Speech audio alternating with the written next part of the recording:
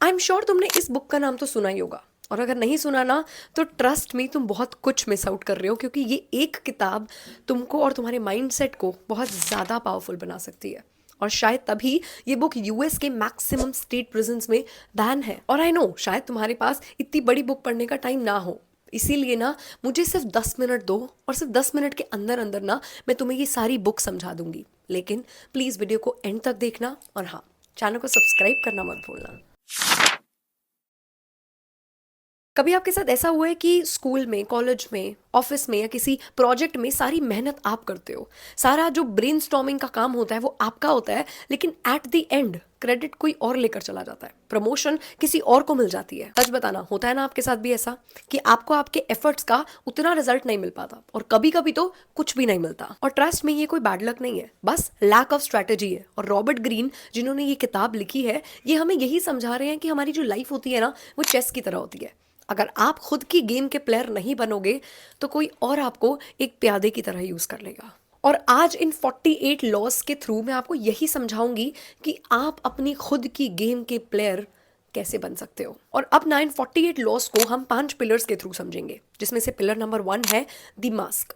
इसका मतलब है कि दूसरे लोगों की नजरों में आपकी क्या इमेज है। एक बात हमेशा याद रखना, power is not about reality, it is about perception. अगर आप ये कंट्रोल कर सकते हो ना कि दूसरे लोग आपको कैसे देखते हैं, तो आप ये भी कंट्रोल कर सकते हो कि वो आपको कैसे ट्रीट करते हैं। And it starts with law number 4, हमेशा जरूरत से कम बात करो। आपके वर्ड्स जितने कम और मच्योर होंगे ना, आपकी बात की उतनी ही ज्यादा वैल्यू होगी। और फिर आता है law number 3, always make your self unpredictable. लोगों को कभी मत बताओ कि आप क्या करने वाले हो। अपने इंटेंशंस जितना ज्यादा छुपा के रखोगे ना, अपने गोल्स तक उतना ही जल्दी पहुंच पाओगे। जो लोग प्रिडिक्टेबल होते हैं ना, वो कभी भी लाइफ में एक हद से ज्यादा ग्रो नहीं कर पाते। और फिर आता है लॉ 5th एंड 6th, जिसके अकॉर्डिंग अपनी रेपुटेशन को हमेशा बचा कर रखो।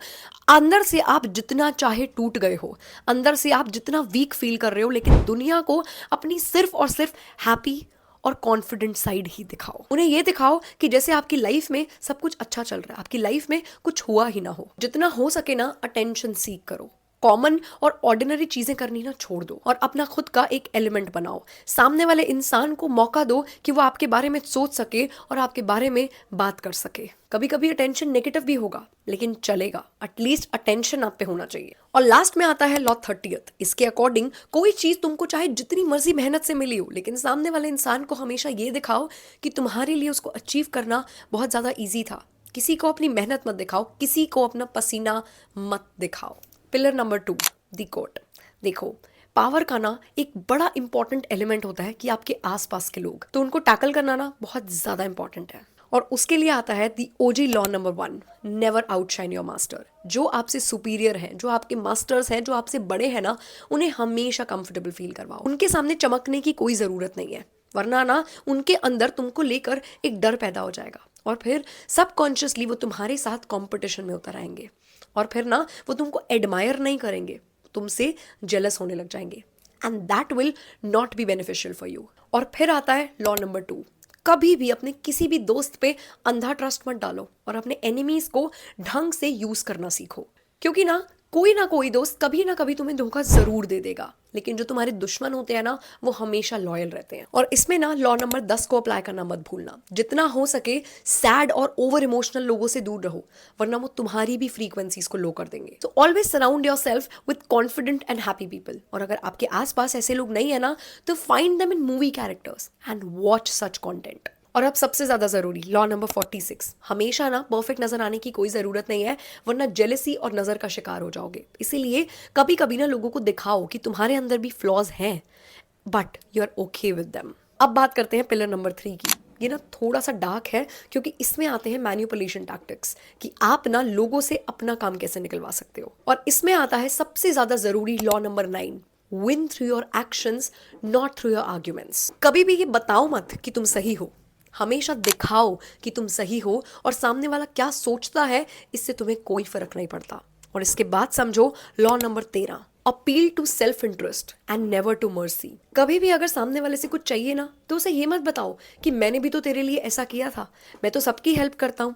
हमेशा सामने वाले को ये बताओ कि आपकी हेल्प करके उन्हें क्या फ़ायदा मिलने वाला है। और चाहे किसी भी ग्राउंड पे हो, उन्हें ऐसा आर्ग्यूमेंट दो जो वो कभी भी डिनाई ना कर सकें। और इसमें तुम्हारी हेल्प करेगा लॉ नंबर 33। हर इंसान की एक वीकनेस, एक इनसिक्योरिटी, एक ट्रिगर पॉइंट होता है।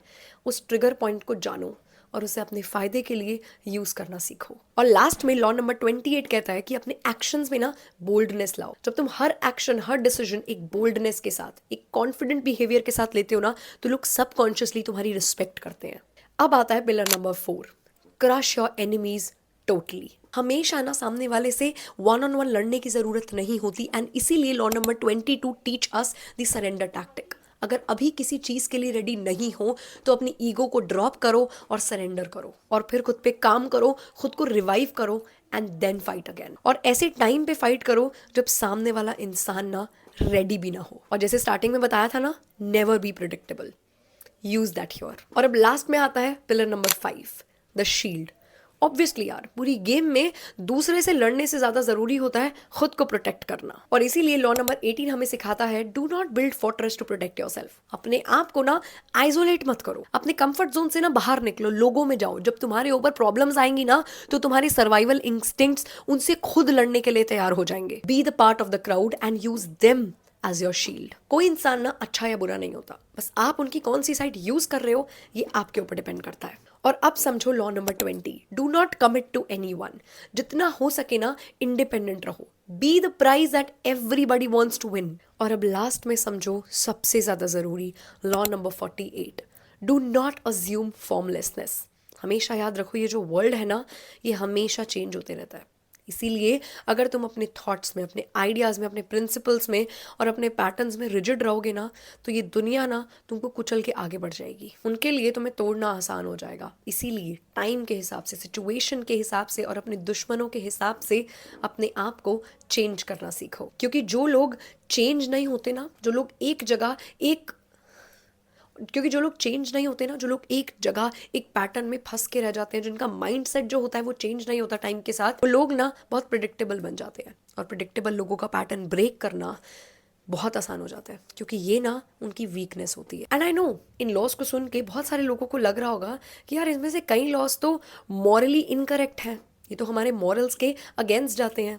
तो मैं आपको सिर्फ एक बात बताती हूँ, अगर इन लॉस को आप यूज़ नहीं करोगे ना, तो कोई और आप पे इनको यूज़ कर लेगा।